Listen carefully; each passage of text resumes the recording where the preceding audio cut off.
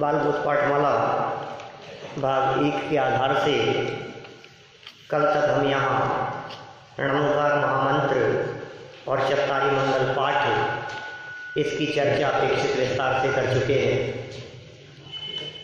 सामान्य जानकारी हम सभी ले चुके हैं कि यह णमोकार महामंत्र जैन परंपरा का सबसे पहले लिखा गया कोई मंत्र है, सर्वोत्कृष्ट मंत्र है। पंच परमेष्ठियों को नमस्कार किया गया है, प्राकृत भाषा में है, गाथा छंद में है, मंगलाचरण के रूप में लिखा गया है और बहुत सारी बातें हमने इस णमोकार महामंत्र के बारे में देखी थी, जानी थी। उसके उपरांत चत्तारी मंगल पाठ, उसमें भी कहाँ कहाँ हम बोलने में अशुद्धता करते हैं उसकी भी हमने चर्चा की। मंगल किसे कहते हैं, उत्तम किसे कहते हैं और शरण किसे कहते हैं, इसकी परिभाषात्मक चर्चा भी हुई। जो मोह राग द्वेष रूपी पापों को गलावे और सच्चा सुख उत्पन्न करे उसे कहते हैं हम मंगल। मंगल, मंग लौ है ना, दो तरह से उसके टुकड़े करके देखे हमने। तो जो मोह राग द्वेष रूपी पापों को गलावे है ना, मंग और गल जो पापों को गलावे, और मंग ल जो सुख उत्पन्न करे उसका नाम मंगल है। उत्तम जो लोक में सबसे महान हो, भाई परिभाषाएं आप लोग बोलेंगे तो याद होगी। जो लोक में सबसे महान हो उसे उत्तम कहते हैं। शरण सहारे को कहते हैं, शरण सहारे को कहते हैं। मंगल किसे कहते हैं,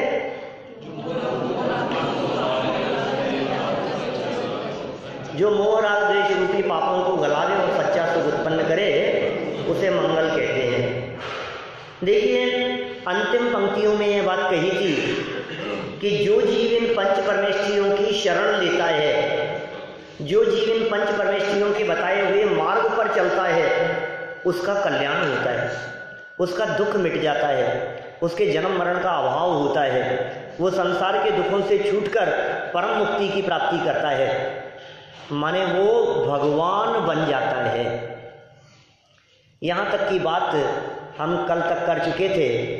4 मंगल कौन है, 4 उत्तम कौन है और 4 शरण कौन है, यह बात भी हुई थी। और इससे एक बात और निकल कर सामने आई कि इन 4 के अलावा 5वां कोई शरण नहीं है। और किसका सहारा लें हम किसकी शरण में जाएं, किसका आश्रय लें, किसकी बात करें। इन 4 के अलावा और कोई सहारा नहीं है हमारे लिए। सहारा किसके लिए, सुखी होने के लिए, है ही नहीं और कोई। चलिए भगवान कौन होते हैं, पाठ 3, तीसरे पाठ की तरफ हम आगे बढ़ते हैं। तीर्थंकर भगवान कौन होते हैं, तीर्थंकर कौन होते हैं भगवान। जब हम आपसे पूछते हैं कि आप कौन हैं तो आप कहते हो हम तो भक्त हैं। मंदिर आते हैं भगवान की पूजन करते हैं, भक्त हैं। तो भक्त तो भगवान के होते हैं। तो भगवान कौन होते हैं ये बताओ। तो जब हम पूछते हैं भगवान कौन होते हैं तो सामने से जवाब आता है आदिनाथ भगवान होते हैं, महावीर भगवान होते हैं, बाहुबली भगवान होते हैं, 24 भगवान हैं। नहीं, होते कौन है ये बताओ। क्या ये होते कौन है, समझ में नहीं आया। होते कौन है मतलब भगवान कौन होते हैं, इसके जवाब में क्या आप भगवान के नाम बतलाना चाहते हैं?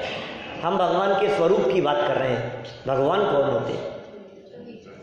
जिस तरह से हमने मंगल की बात कही थी, मंगल मंगल, उसी तरह से भ ग और वान, 3 तरह से तोड़ना है इसको। एक भ प्लस ग प्लस वान। भ माने होता है सुख, भ माने होता है आनंद। आप जानते हैं एकाक्षरी जो शब्द हैं उनके अनेक तरह के अर्थ कई जगह मिलते हैं। कई जगह ऐसे प्रयोग भी अपने पंडित साहब भी सुनाया करते थे, एकाक्षरी, 2 अक्षरी, 3 अक्षरी, ऐसे छंद और ऐसे दोहे भी। तो भ माने होता है सुख और आनंद, और ग माने होता है ज्ञान। भ माने आनंद और ग माने ज्ञान, और वान का मतलब है संपन्न। जैसे धनवान, वैभववान, परिवारवान, गुणवान। गुणवान मतलब गुणों से संपन्न। और संपन्न या कहेंगे अपन, और क्या शब्द दिए अपन ने, धनवान। धनवान मतलब जो धन से संपन्न है वो धनवान। इसी तरह से भगवान जो भग से संपन्न है वो भगवान। तो भग क्या है? भ माने कहा आनंद और ग माने कहा ज्ञान। तो भग माने हो गया आनंद और ज्ञान। जो ज्ञान और आनंद से संपन्न हो वे भगवान है। किसे कहे भगवान? जिनमें ज्ञान हो, जिसमें आनंद हो, जिनमें सुख हो, जो पूर्ण सुखी हो, जो पूर्ण ज्ञाता हो, जो सारे जगत को जानने वाले हो, जो सबसे ज्यादा सुखी हैं, वो है भगवान। भगवान सबसे ज्यादा सुखी हैं। देखिए यहाँ बच्चों की दृष्टि से बात की है, छोटे छोटे से बच्चों को समझाने के लिए। बालबोध पाठमाला भाग 1 है ना। जब ये बालबोध पाठमाला भाग 1 लिखी गई तो उस समय यह कल्पना भी नहीं की गई होगी कि ये बड़ों के लिए पढ़ाई जाएगी। इसलिए जिस तरह से ये पाठ की संरचना हुई है, यह संरचना बच्चों के आधार पर हुई है, बच्चों को लक्ष्य में रख करके हुई है। फिर भी कोई बात नहीं, ज्ञान की दृष्टि से हम सब बच्चे ही हैं, सीखने वाले सब बालक। और सीखने की दृष्टि से हमेशा ये बात कही गई है, हमेशा बालक बन के ही रहना, तभी कुछ हासिल हो पाएगा। बड़े बनने की कोशिश करोगे तो कुछ नहीं सीख पाओगे। छात्र ने प्रश्न किया, गुरुजी बाहुबली के भगवान नहीं है? क्यों नहीं है? गुरुजी क्या कहेंगे? क्यों नहीं है भाई, क्या बात है, बाहुबली भगवान है।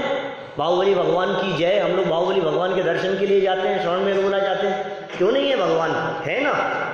तो पता है शिष्य क्या कहता है सामने से? 24 भगवानों में तो उनका नाम आता ही नहीं है। माने उस बच्चे को 24 भगवान के नाम पता है। यश मालूम है? ऋषभ देव से लेकर, माने आदिनाथ भगवान से लेकर महावीर भगवान तक जो 24 भगवान हैं, उनमें तो बाहुबली भगवान का नाम आता ही नहीं। क्या? अब जब बाहुबली भगवान का नाम आता ही नहीं है तो शायद हो सकता है बाहुबली भगवान ही नहीं हो। तो क्या कहा? 24 तो तीर्थंकर होते हैं। जो वीतरागी और सर्वज्ञ हैं वे सभी भगवान हैं। अरहंत परमेष्ठी और सिद्ध परमेष्ठी भगवान ही तो हैं। अब ये तीर्थंकर क्या होते हैं, भगवान क्या होते हैं? चावड़ा जी साहब, आपने पूछा था, विधान के बीच में भी ऐसी चर्चा चली थी अपनी। तीर्थंकर कौन होते हैं और भगवान कौन होते हैं? कुछ अंतर भी तो अपने ख्याल में होना चाहिए तीर्थंकर और भगवानों के बीच में। हम तो ये समझते हैं जो भगवान होते हैं वो तीर्थंकर होते हैं, जो तीर्थंकर होते हैं वो भगवान होते हैं।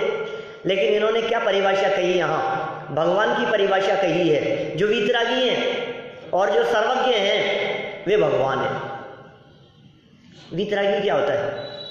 सर्वज्ञ क्या होता है? वीतरागता किसे कहते हैं, सर्वज्ञता किसे कहते हैं? वीतराग, राग जिसमें से चला गया वो वीतरागी है। देखो भगवान का स्वरूप बतला रहे हैं यहाँ, वीतरागता और सर्वज्ञता। आप यदि भगवान के स्वरूप को पहचान लो तो अपने जीवन की सैकड़ों हजारों विकृतियां निकल सकती है। भगवान का स्वरूप तो समझे एक बार पहले। भगवान के पास जाकर के भिखारीपन की वृत्ति नहीं होगी यदि भगवान का स्वरूप समझ लिया तो। भगवान के पास जाकर के कुछ डिमांड नहीं होगी, कुछ कामना नहीं होगी। भगवान के कुछ तो मांगे, भगवान के पास जाकर के कुछ तो देंगे।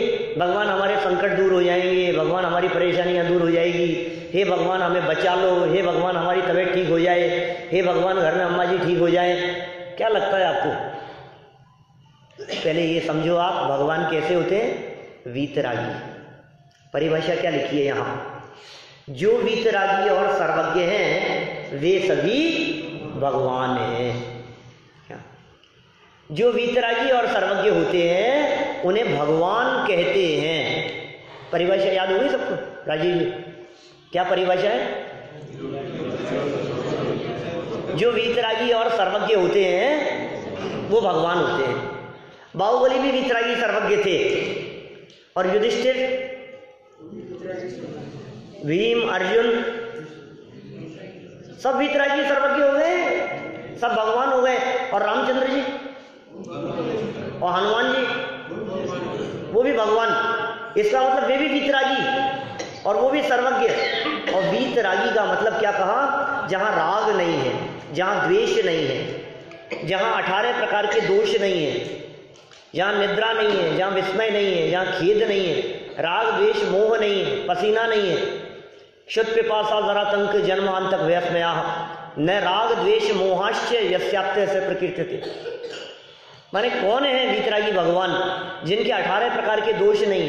नींद नहीं आती भगवान को तो भला तो करते होंगे। मान लो शत्रुओं का बुरा नहीं करते, दुष्टों का संहार नहीं करते, क्योंकि हिंसा नहीं है ना। अपना जैन धर्म तो अहिंसक है। अहिंसक जैन धर्म में पुलिस वालों का काम नहीं है, बॉडीगार्ड का काम नहीं है। कल रात को बताया था क्या ऐसा? पुलिस वालों की जरूरत नहीं है, अहिंसक है ना अपन तो। चलो कोई बात नहीं, दूसरों को मारने का मत करो आप, दुष्टों के संहार की बात मत करो, लेकिन भक्तों से प्रेम तो करो। बोलो, हमारे भगवान भक्तों का भला नहीं करते क्या? फिर क्यों आएंगे लोग मंदिर यदि भगवान भला नहीं करेंगे तो? भगवान परीक्षा में पास करते हैं कि नहीं? हैप्पी नहीं करते? यश भगवान नहीं करते पास परीक्षा में? क्यों भाई नहीं करते? भगवान परीक्षा में पास नहीं करते, भगवान फेल भी नहीं करते। क्यों नहीं करते? उसका जवाब क्या है आपके पास में? क्योंकि भगवान वीतरागी हैं। बस ये समझ लो आप, भगवान वीतरागी हैं। इसका मतलब है हमारा भला भी नहीं करेंगे और हमारा बुरा भी नहीं करेंगे। जब भगवान भला और बुरा करते ही नहीं है तो फिर भगवान के पास में क्यों जाएं? हम क्यों जाएं भगवान के पास में? हम तो इसीलिए जाते हैं। और जब हमारे पास कोई परेशानी होती है, कोई संकट होता है, कोई प्रॉब्लम होती है तो ज्यादा जाते हैं। देखो अब जब हमारे ऊपर कोई ना कोई संकट आता है तो शायद भगवान के सामने खड़े होकर के श्रद्धा और भक्ति ज्यादा प्रदर्शित होती है। हे भगवान, हे भगवान थोड़ा धुसता है, थोड़ा घबराता है, भगवान याद आते हैं। दुख में सुमिरन सब करे और सुख में करे ना, जो सुख में सुमिरन करे। किसकी पंक्ति है? जैन धर्म की पंक्तियां नहीं है क्या? कबीरदास जी की पंक्तियां हैं। दुख में भगवान ज्यादा याद आते हैं, संकट के काल में, परेशानियों के काल में भगवान याद आते हैं। थोड़ी सी तकलीफ आ जाए, देखो आप मंदिर में 5 मिनट की जगह 15 मिनट लगाना शुरू कर देगा। क्यों? भगवान भला करें। अच्छा, कौन से भगवान करते हैं भला? 24 में से कोई नहीं करते? पार्श्वनाथ तो करते हैं यार, क्या बात कर रहे हो? मुझे पता है, एक बार कह रहे थे पार्श्वनाथ भगवान के बारे में। संकट मोचन नहीं है क्या चिंतामणि पार्श्वनाथ? पार्श्वनाथ भगवान इतने फेमस क्यों हो गए बताओ? क्योंकि वे मेटो मेटो जी दुख मिटाने वाले हैं, संकट मिटाते हैं, ऐसा लगता है ना अपने को जब बोलते हैं अपन मेटो मेटो जी संकट हमारा। नहीं मिटते हैं क्या? नहीं मिटते हैं। संकट मिटते हैं, लेकिन कैसे? उन तीर्थंकर परमात्माओं के माध्यम से संकट मिटाने की विधि कुछ अलग प्रकार की है। वो विधि है उनका उपदेश, वो विधि है उनका बतलाया हुआ मार्ग। जो जीव तीर्थंकरों के बताए हुए मार्ग पर चलते हैं उनके संकट अपने आप मिट जाते हैं। जो जीव भगवान के बताए हुए मार्ग पर चलते हैं उनकी विपत्तियां, संकट, आपत्तियां सब सहज दूर हो जाती है। यदि आप भी ये चाहते हैं कि अपने संकट मिटे तो पार्श्वनाथ भगवान को अर्घ चढ़ाने से काम नहीं चलेगा। पार्श्वनाथ भगवान के बताए हुए मार्ग पर चलना पड़ेगा। भगवान क्या बताते हैं? भला तो करेंगे नहीं। अच्छा, आपको पहचानते होंगे कि नहीं कि अरुण जी हैं, ये अजय जी हैं? नहीं पहचानते होंगे। ये विकास जी हैं, नहीं पहचान? भगवान जानते हैं कि नहीं? जानते तो सब हैं। तो क्या आपसे परिचय है क्या उनका खास? नहीं है, ऐसा तो नहीं है। भगवान वीतरागी है भैया। एक गुण समझ में आ जाए हमारे को तो सारी अपेक्षाएं मिट जाए। और देखो जितने जगत में झगड़े खड़े होते हैं ये सब अपेक्षा से खड़े होते हैं। झगड़ों का कारण अपेक्षा है। जो अपेक्षा रखता है वो उपेक्षा का कारण बनता है, उपेक्षा का शिकार होता है। जहां अपेक्षा होगी वो उपेक्षित होगा। अपेक्षा मत रखो। भगवान से अपेक्षा रखें कि नहीं रखें भला करने की, दुख दूर करने की अपेक्षा भगवान से भी नहीं रखें। दुनिया से तो रखो ही मत, भगवान से भी मत रखो, क्योंकि भगवान वीतरागी है। तो फिर अपने दुख सुना तो सकते हैं भगवान को जाकर के, फिर सर्वज्ञ बोलो।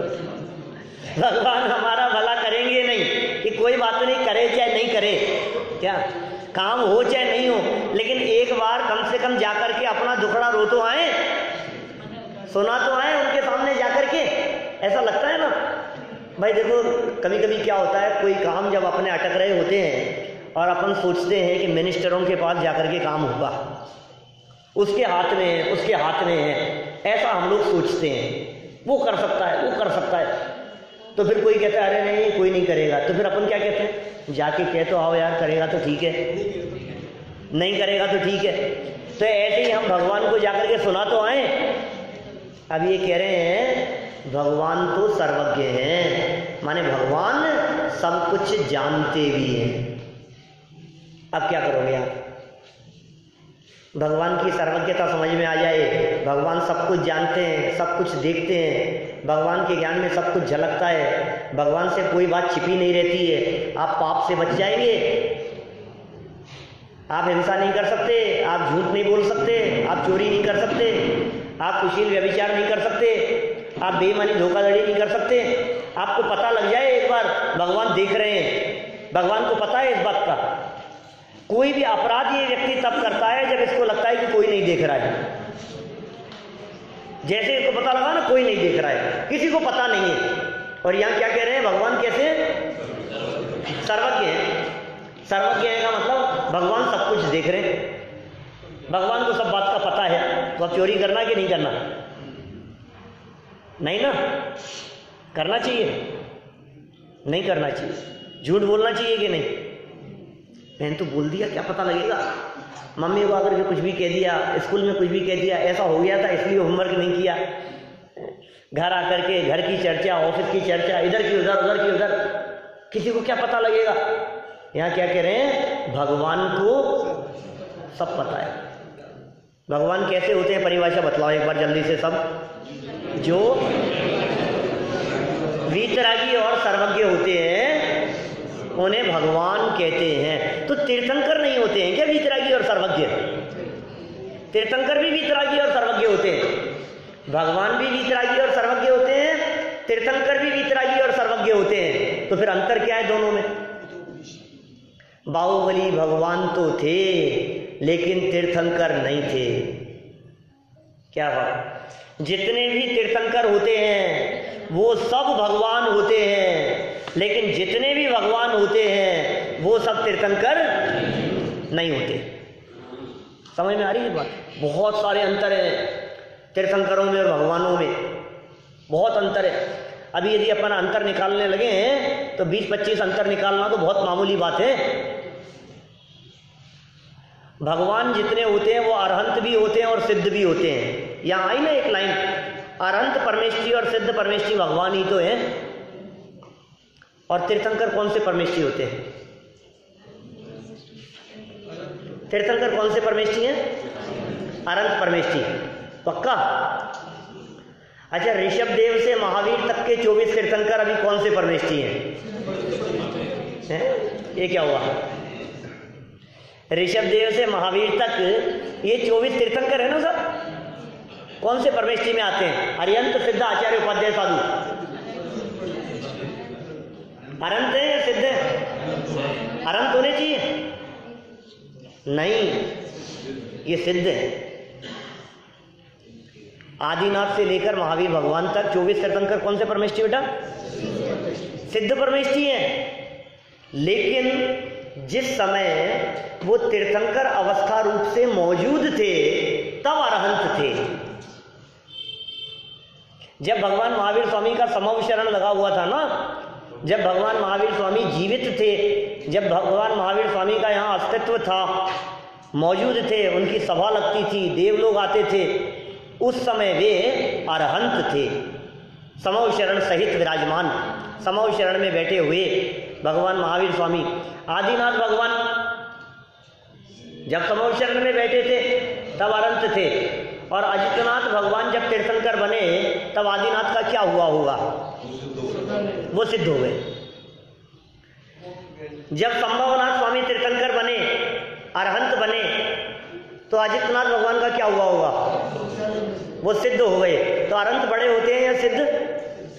सिद्ध। पांचों परमेष्ठियों में कौन बड़े हैं? सिद्ध परमेष्ठी बड़े हैं। जितने भी तीर्थंकर होते हैं वे तीर्थंकर परमात्मा अरहंत अवस्था को छोड़कर सिद्ध हो जाते हैं।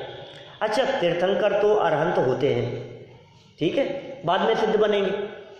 तीर्थंकरों के अलावा जैसे बाहुबली भगवान हैं, भरत भगवान हैं, रामचंद्र जी, हनुमान जी की बात हमने कही, और भी इस तरह के, समझ लो आप, इंद्रभूति गौतम, कौन? गणधर या भगवान? इंद्रभूति गौतम का नाम सुना है? गौतम गणधर का नाम सुना है? गणधर थे, गणधर थे, उसके बाद में भगवान थे, अनंत भगवान थे। 12 वर्षों तक अनंत भगवान रहे और उसके बाद वे सिद्ध भगवान हो गए। लेकिन देखो कैसी विडंबना है कि आज भी हम उन इंद्रभूति भगवान को गणधर ही कह करके पुकारते हैं। गौतम गणधर की टोंक, गणधर की टोंक। सिद्ध हो गए हैं, वर्तमान में भगवान है, लेकिन भगवान होते हुए भी उनको गणधर देखना वास्तव में उचित तो नहीं है। चलो कोई बात नहीं, इंद्रभूति को तो गणधर ही कह करके पुकारा। और दूसरी बात कहूं तो मैं कह सकता हूं आपसे, भरत चक्रवर्ती कहां से मोक्ष गए? क्या क्या क्या कह दिया मैंने? भरत जी को तो चक्रवर्ती कह रहे हो आपने इंद्रभूति को तो फिर गणधर कह करके पुकारा। गणधर होते हैं मुनिराज, गणधर होते हैं आचार्य। 5 परमेष्ठियों में से गणधर कौन से परमेष्ठि में आते हैं? कौन से परमेष्ठि में? आचार्य में। आचार्य हैं गणधर। गणधर पद जब छूट जाएगा और जब वे सामान्य मुनि होंगे क्या, तो साधु परमेष्ठि में आएंगे। अभी पद है वो गणधर का, जब तक गणधर की पदवी है तब तक उन्हें मोक्ष नहीं हो सकता। इसलिए ऐसा नियम है कि तीर्थंकर परमात्माओं के जो गणधर होते हैं वे गणधर तीर्थंकरों के पहले मोक्ष नहीं जाते, ऐसा नियम है। गणधर क्या होते हैं? बहुत सारे लोग नए हैं, ये भी नहीं समझ में आ रहा होगा गणधर क्या चीज है। गणधर, गणधर शब्द सुना तो होगा सबने, बहुतों ने नहीं सुना है? गण कहते हैं चतुर्विद संघ को, और चतुर्विद संघ के जो स्वामी हैं, प्रमुख हैं, उसमें मुनि आर्यिका श्रावक श्राविका में, या ऋषि मुनि यति अनगार, उन सब में जो श्रेष्ठ हैं वे कहलाते हैं गणधर। गणधर तीर्थंकरों के समूह शरण में होते हैं, इसके अलावा कहीं नहीं होते। गणधर वे होते हैं जिनमें सबसे ज़्यादा भगवान के उपदेश को ग्रहण करने की पावर होती है, ग्रास्पिंग पावर होती है। तीर्थंकर परमात्मा का उपदेश होता है, सामान्य भगवानों का उपदेश नहीं होता।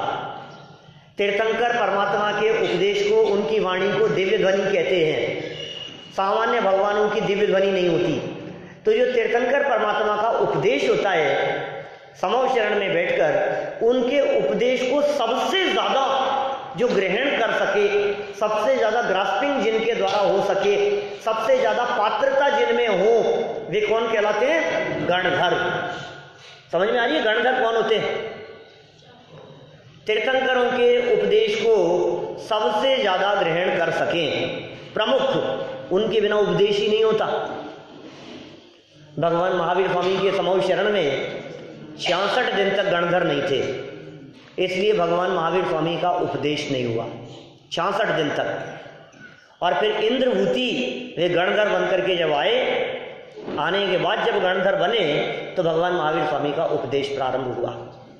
जितने भी गणधर होते हैं, वीतरागी संत होते हैं, नग्न दिगंबर मुनिराज होते हैं, आचार्यों से श्रेष्ठ होते हैं, जितने गणधर होते हैं वे मति ज्ञान, श्रुत ज्ञान, अवधि ज्ञान और मने परिय ज्ञान के धारी होते हैं।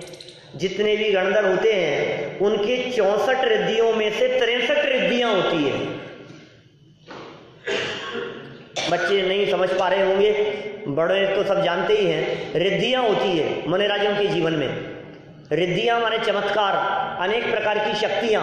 मुनिराजों के जीवन में तप के प्रभाव से अनेक प्रकार की शक्तियां प्रकट हो जाती है। तो जब मुनिराज के जीवन में वो शक्तियां प्रकट होती है, उन शक्तियों को कहते हैं रिद्धियां, चमत्कारिक चीजें। यह बात अलग है कि वे मुनिराज उन रिद्धियों का प्रयोग नहीं करते।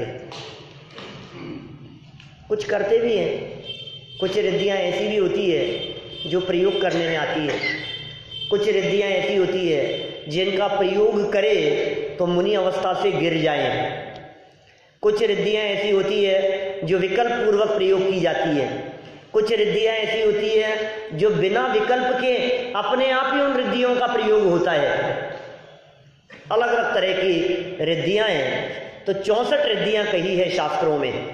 रिद्धियां कितनी कही है बेटा? 64, 64 रिद्धियां कही है शास्त्रों में। और 64 में से एक कम, सिर्फ 63 रिद्धियां किसके होती है? आर्यों, गणधर मुनिराजों के नहीं। एक साथ 63 रिद्धियां जिसके हो सके वे कौन? गणधर हैं वे, इतनी रिद्धियों से संपन्न प्रमुख व्यक्ति हैं समूह शरण में बैठे हुए। तो गणधर समझ में आया किसका नाम है? तीर्थंकरों के गणधर होते हैं, बाकी अन्य भगवानों के गणधर नहीं होते हैं। तीर्थंकरों के समूह शरण होता है, सब भगवान के समूह शरण नहीं होता है। ठीक है, तीर्थंकरों के पंच कल्याणक होते हैं, भगवान के पंच कल्याणक नहीं होते। कुछ तीर्थंकर ऐसे भी होते हैं जिनके पंच कल्याणक नहीं होते, 2 और 3 कल्याणक ही होते हैं। क्या भगवान के तो एक भी कल्याणक नहीं होते, तीर्थंकरों को तो कल्याणक होना जरूरी है। ये कल्याणक क्या होता है? ये कल्याणक क्या होता है? भला कल्याण करने वाले कल्याणक 5 होते हैं। कल्याणक एक विशिष्ट शब्द है जैन परंपरा का। ध्यान देना, कल्याणक किसे कहते हैं पूछूंगा, साध्य भी है ना। कल्याणक किसे कहते हैं? तीर्थंकर के निमित्त से देवों द्वारा मनाए जाने वाले उत्सव को कल्याणक कहते हैं। ये परिभाषा है कल्याणक की। तीर्थंकर का निमित्त और देवों द्वारा जो उत्सव मनाए जाते हो उसे कहते हैं कल्याणक। 5 घटनाएं घटती है तीर्थंकरों की लाइफ में। भगवान महावीर स्वामी की लाइफ में 5 घटनाएं घटी थी जो प्रमुख थी। आदिनाथ भगवान, अजितनाथ, संभवनाथ, अभिनंदनाथ, 24 तीर्थंकर जो हुए हैं, इन सभी तीर्थंकरों की लाइफ में 5 प्रमुख घटनाएं घटी, जिन घटनाओं में देवलोग स्वर्ग से आए, असंख्यात देवों ने आकर के वो उत्सव मनाया।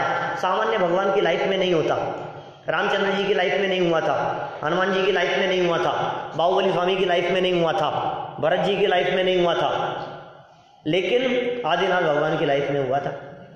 सबसे पहली घटना, गर्भ में आए, माता के पेट में आए, गर्भ में आए, तो कौन सा कल्याणक कहलाएगा? गर्भ कल्याणक। चमत्कार होते हैं उसमें, अतिशय होते हैं। गर्भ में जब तीर्थंकर परमात्मा आते हैं, अरे आने के पहले ही, आने के 6 महीने पहले से रत्नों की बरसात शुरू हो जाती है। भगवान के पक्ष में नहीं होगा ऐसा। जो तीर्थंकर होंगे, माने तीर्थंकर एक विशिष्ट जाति का पुण्य है, तीर्थंकर एक स्पेशल अवस्था है जो सामान्य भगवानों से कुछ अलग हट करके है। गर्भ में आए, रत्नों की बरसात शुरू हो गई, माता को 16 स्वप्न आना, ऐसी बहुत बहुत विशेषताएं हैं गर्भ कल्याणक। दूसरी विशेषता, जन्म। पहला गर्भ, दूसरा जन्म, 2 याद हो गए। आर्य पहला कौन सा है? गर्भ कल्याणक, दूसरा जन्म कल्याणक, तीसरा रवि जी तप। तप को कहते हैं दीक्षा, दीक्षा कल्याणक। चौथा केवल ज्ञान, ज्ञान कल्याणक भी कहते हैं, ज्ञान कल्याणक। और 5वां मोक्ष कल्याणक, निर्वाण कल्याणक कह दो, मोक्ष कल्याणक कह दो। 5 के नाम याद हो गए, एक बार बोलो। पहला, दूसरा,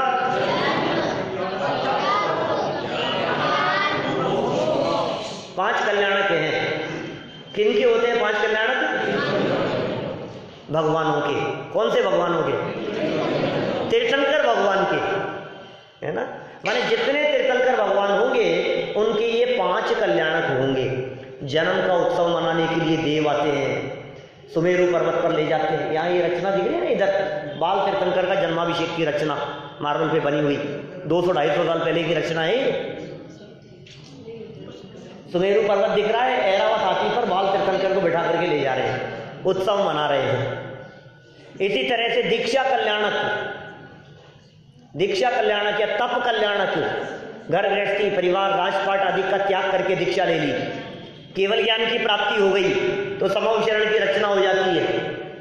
और फिर अरहंत से भी जब सिद्ध बन जाते हैं तो मोक्ष कल्याणक। 5 हो गए ऐसे। ये हुए तीर्थंकरों के, और भगवान के नहीं होते। अंतर समझ में आ रहा है दोनों में, तीर्थंकर और भगवान में? सभी भगवान तीर्थंकर नहीं होते और सभी तीर्थंकर भगवान होते। चलो आगे पढ़ते हैं अपन। यहां देखो, भगवान की परिभाषा पढ़ी है अभी अपन ने। यहां भगवान की परिभाषा क्या पढ़ी? जो वीतरागी और सर्वज्ञ होते हैं वे सभी भगवान होते हैं। कौन कौन से परमेष्ठी आएंगे इसमें? अनंत परमेष्ठी और सिद्ध परमेष्ठी। प्रश्न किया बालक ने, क्या तीर्थंकर भगवान नहीं होते? तीर्थंकर तो भगवान होते ही हैं, पर साथ ही जो तीर्थंकर ना हो पर वीतरागी और पूर्ण ज्ञानी हो, वे अरहंत और सिद्ध भी भगवान है। हो गई ना बात स्पष्ट? अरहंत और सिद्ध भी भगवान हैं और तीर्थंकर तो भगवान होते ही हैं। प्रश्न किया तो तीर्थंकर किसे कहते हैं ये बताओ? कुछ परिभाषा तीर्थंकर की, 3 महत्वपूर्ण पॉइंट दिए तीर्थंकर की परिभाषा बतलाते हुए। तीर्थंकर परमात्मा की परिभाषा बतलाते हुए यहाँ 3 पॉइंट दिए हैं, याद करने हैं अभी तीनों, सबको याद होने चाहिए। इस सभा में बैठे हुए कोई व्यक्ति ऐसे नहीं हो। देखिए, यदि आपको प्रारंभ से जैन धर्म सीखना है तो छोटी छोटी बातें अपने दिमाग में याद करनी पड़ेगी। यदि ये छोटी छोटी बातें दिमाग में याद नहीं हुई तो फिर वही बात है, आना और नहीं आना सब बराबर हो गया। फिर क्या सीखा आपने? तीर्थंकर की परिभाषा, पहला वाक्य, जो समव शरण नहीं, जो धर्म तीर्थ का उपदेश देते हैं। पहला वाक्य क्या है? जो धर्म तीर्थ का उपदेश देते हैं। धर्म तीर्थ क्या होता है? मुक्ति का मार्ग। समूह शरण में बैठ करके उपदेश देते हैं, जगत के जीवों को मुक्ति का मार्ग बतलाते हैं। तीर्थंकर जब तक नहीं होते तब तक मुक्ति का मार्ग कोई नहीं बतलाता है। इस युग में सबसे पहले मुक्ति का मार्ग किसने बतलाया? इस युग में सबसे पहले भगवान कौन बने? सबसे पहले कौन बने भगवान? पक्का बोलो बोलो। भरत जी तो नहीं गए थे, बाहुबली पहले मोक्ष चले गए थे। अच्छा, तो मैं ये पूछ रहा हूं, अच्छा उनसे भी पहले सबसे पहले मोक्ष कौन गए इस युग में? अनंत वीर्य का नाम आता है। अनंत वीर्य इस युग में सबसे पहले मोक्ष गए हैं। लेकिन मैं प्रश्न क्या पूछ रहा हूं, सबसे पहले भगवान कौन बने इस युग में? आदिनाथ, तीर्थंकर। हाँ, अरहंत अवस्था भगवान है ना, अरहंत अवस्था भगवान है ना, तो सबसे पहले अरहंत इस युग में आदिनाथ भगवान हुए। सबसे पहले तीर्थंकर। नहीं, सुनो तो सही, अभी थोड़ा समझना पड़ेगा इस बात को। आदिनाथ भगवान सबसे पहले केवल ज्ञान की प्राप्ति हुई उनको। हम लोग सब जानते हैं आदिनाथ स्वामी ने या ऋषभदेव स्वामी ने जब दीक्षा ली थी उस समय कोई व्यक्ति मुनि नहीं था उनसे पहले। आदिनाथ से पहले तो कोई मुनि था ही नहीं। कोई व्यक्ति आहार की विधि नहीं जानता था, किसी को पता नहीं था तीर्थंकर कैसे होते हैं, मुनि कैसे होते हैं, दिगंबर दशा क्या होती है, ये अवस्था किस प्रकार की है, कोई भी नहीं पहचानता था। फिर क्या हुआ, 6 महीने तक घूमते रहे। 6 महीने तो उठे नहीं, और फिर 6-7 महीने, कुछ दिन के लिए, 7 महीने 8 दिन के लिए रोजाना चक्कर लगाते रहे। कोई विधि नहीं जानता था। इससे यह बात तो सिद्ध हो गई कि सबसे पहले यदि इस युग में कोई मुनि बने तो आदिनाथ स्वामी सबसे पहले मुनि। उसके पश्चात 1000 वर्ष तक तपश्चरण करने के बाद ऋषभदेव को केवल ज्ञान की प्राप्ति हो गई और वे अरहंत भगवान बन गए। आदिनाथ भगवान हो गए, तीर्थंकर हो गए। फिर उनका समूह शरण लगा, और समूह शरण में सबसे पहले जैसे ही इनको केवल ज्ञान हुआ तो हम में से बहुत लोग जानते हैं भरत जी को 3 शुभ सूचनाएं एक साथ मिली थी। कौन कौन सी? एक तो केवल ज्ञान, ऋषभदेव को केवल ज्ञान हुआ, पुत्र का जन्म हुआ और चक्र रत्न प्रकट हुआ आयुष्याला में चक्र रत्न प्रकट हुआ। इसका मतलब उससे पहले वो चक्रवर्ती नहीं थे। फिर भरत जी सबसे पहले जाकर के ऋषभदेव के समूह शरण में उनका उपदेश सुना, उनके केवल ज्ञान कल्याणक बनाया, उनकी पूजन की, उत्सव किया। फिर घर आकर के जन्मोत्सव मनाया और फिर दिग्विजय के लिए निकल गए, 6 खंड को जीतने के लिए, 60,000 वर्ष के लिए भरत जी। और जब 60,000 वर्ष घूम फिर करके आए तब चक्र अंदर प्रवेश नहीं किया और बाहुबली से युद्ध हुआ। इसका मतलब उस समय तक बाहुबली भी भगवान नहीं बने थे। भरत तो भगवान हुए ही नहीं थे, बाहुबली भी नहीं हुए थे। फिर क्या हुआ, ऋषभदेव तो पहले केवल ज्ञानी हो चुके थे, ऋषभदेव तो पहले अरहंत हो चुके थे। समूह शरण में तीर्थंकर परमात्मा बैठे हुए हैं, उपदेश हो रहा है। ऋषभदेव भगवान के उपदेश को सुनकर सैकड़ों लोगों ने, हजारों लोगों ने, अनगिनती लोगों ने ऋषभदेव से पहले सिद्ध अवस्था की प्राप्ति कर दी। ये तो अरहंती बने रहे क्या? इनका तो उपदेश ही हो रहा है ऋषभदेव परमात्मा का तो, और इनके उपदेश को सुनकर बहुत से लोगों का कल्याण हो गया। इनके उपदेश को सुनकर बाहुबली ने दीक्षा ले ली, इनके उपदेश को सुनकर के और भी इनके बेटे अनंत वीर्य दीक्षा ले ली, मुनि बन गए, केवल ज्ञान की प्राप्ति हो गई, सिद्ध बन गए और ऋषभदेव से पहले मोक्ष चले गए क्या? लेकिन सबसे पहले भगवान तो ऋषभदेव ही हुए। केवल ज्ञान की प्राप्ति तो सबसे पहले किसको हुई? ऋषभदेव भगवान को ही हुई। माने केवल ज्ञान की प्राप्ति सबसे पहले ऋषभदेव भगवान को, और मोक्ष जाने वाले सबसे पहले अनंत वीर्य। यश कौन है मोक्ष जाने वाले सबसे पहले? अनंत वीर्य, इनके पुत्र थे, ऋषभदेव के बेटे थे।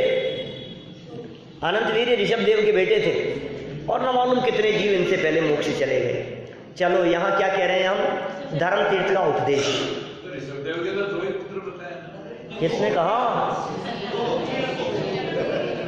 देखो अभी है ना, आपको ये बात जानने के लिए 8-10 दिन का इंतजार करना पड़ेगा, क्योंकि इसी बालबोध पाठमाला भाग 1 में जब हम भगवान ऋषभदेव वाला पाठ पढ़ेंगे ना, क्या तो पूरी कहानी समझ में आएगी। ऋषभदेव के कितने पुत्र थे, कितनी पुत्रियां थी। 2 नहीं थे, भरत और बाहुबली तो थे ही, और भी थे। आएगी 5-7-10 दिन में चर्चा, अपन करेंगे तब और विस्तार से बात। तीर्थंकर की परिभाषा में पहली लाइन, जो धर्म तीर्थ का उपदेश देते हैं। दूसरी चीज, समव शरण आदि विभूति से युक्त होते हैं, और जिनके तीर्थंकर नाम कर्म नाम का महापुण्य का उदय होता है, उन्हें तीर्थंकर कहते हैं। भाई देखो ऐसे नहीं होगी याद, मैं एक बार बोलता हूं, आप उसे रिपीट करना। सबसे पहला वाक्य, एक वाक्य, 3 वाक्य हैं, 3 वाक्यों में इस परिभाषा को देखेंगे, फिर इस परिभाषा के स्वरूप की चर्चा करेंगे थोड़ी बहुत। सबसे पहला वाक्य, जो धर्म तीर्थ का उपदेश देते हैं। बोलिए, जो बोलेगा उसे याद होगी, जो नहीं बोलेगा उसे याद नहीं होगी। जो धर्म तीर्थ का उपदेश देते हैं, समव शरण आदि विभूति से युक्त होते हैं, समव शरण आदि विभूति से युक्त होते हैं, और जिनके तीर्थंकर नाम कर्म नाम का महापुण्य का उदय होता है,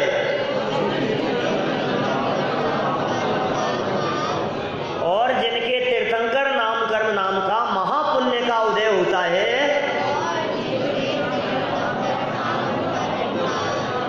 उन्हें तीर्थंकर कहते हैं। 3 बातें याद रहेगी, धर्म तीर्थ का उपदेश, समव शरण आदि विभूति, और तीर्थंकर नाम कर्म का उदय। 3 पॉइंट है। धर्म तीर्थ का उपदेश सामान्य केवलियों के नहीं होता, तीर्थंकरों के होता है। भगवान वीतरागी और सर्वज्ञ होते हैं, तीर्थंकर वीतरागी, सर्वज्ञ और हितोपदेशी भी होते हैं। क्या शब्द कह दिया तीसरा? हितोपदेशी, माने भगवान तो हैं ही वे, माने वीतरागी और सर्वज्ञ तो हैं ही, हितोपदेशी भी हैं, हितकारी उपदेश भी देते हैं। समझ में आ रही है बात? धर्म तीर्थ का उपदेश, समव शरण की रचना होती है, इनके माध्यम से धर्म तीर्थ चलता है। ये तीर्थ के नायक होते हैं। इनके उपदेश को सुनने के लिए असंख्यात जीव आकर के बैठते हैं, अनकाउंटेबल, असंख्यात देव, अनगिनत त्रियंच और लाखों करोड़ों की संख्या में मनुष्य ये भगवान का उपदेश सुनने के लिए आते हैं, तीर्थंकर की सभा में आकर के बैठते हैं। इनके माध्यम से जैन धर्म समझाया जाता है, वस्तु स्वरूप समझाया जाता है। जैन धर्म का वास्तविक स्वरूप क्या है, हम कौन है, भगवान कौन है, भगवान कैसे बन सकते हैं, उनके बताए हुए मार्ग पर चल करके उन जैसा बन सकते हैं हम, ये विधि तीर्थंकरों के समव शरण में बताई जाती है।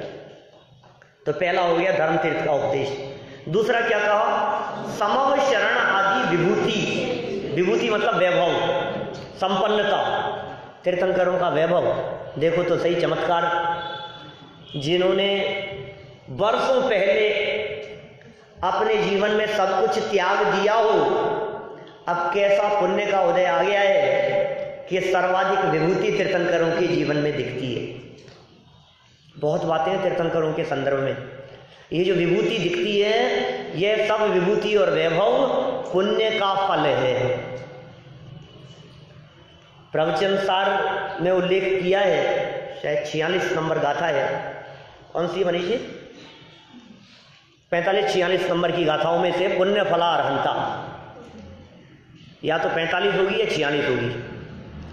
पुण्य फला अर्हंता, और सारे जगत में जब इसकी चर्चा चलती है तो लोग ये कहते हैं पुण्य के फल में अनंत होते हैं, पुण्य के फल में तीर्थंकर होते हैं। ऐसा नहीं है, तीर्थंकर तो पुरुषार्थ से बनते हैं, पुण्य के फल में तीर्थंकर बनते हो ऐसा नहीं। अपन कल करेंगे इसकी चर्चा, आज तो अपना समय हो गया है। अभी तो सिर्फ इतना समझ लो आप कि पुण्य के फल में विभूति है, पुण्य के फल में वैभव है, पुण्य के फल में समूह शरण लगा हुआ है, पुण्य के फल में देव लोग आए हैं। और कैसा कैसा तीर्थंकरों का पुण्य का फल होता है, अतिशय गर्भ के जन्म के अतिशय, केवल ज्ञान के अतिशय, देवकृत अतिशय, अष्ट प्रातिहार्य, अनंत चतुष्टय, सबकी थोड़ी बहुत चर्चा अपन कल की क्लास में करेंगे। लेकिन विभूति जिनके जीवन में होती है, समूह शरण जैसी विभूतियां जहां होती है, वे होते हैं तीर्थंकर। और 8 कर्मों में एक कर्म का नाम है नाम कर्म, और नाम कर्म के बहुत सारे भेदों में एक भेद है तीर्थंकर कर्म। तो तीर्थंकर नामक कर्म का जिसके उदय होगा वे ही तीर्थंकर होंगे। ऐसे उदय, ऐसी विभूति और ऐसे उपदेश देने की योग्यता जिनमें होती है, वे इस युग में भरत क्षेत्र में 24 हुए हैं, जबकि भगवान तो अनंत होते हैं। तीर्थंकर 24 होते हैं और भगवान अनंत होते हैं। आगे इनके नाम और इनके स्वरूप की कुछ चर्चा है, कल अपन इस विषय को और विस्तार से लेते हुए पूर्ण करेंगे। अभी की बात को मैं यहीं संपन्न करता हूँ। केवल महावीर भगवान की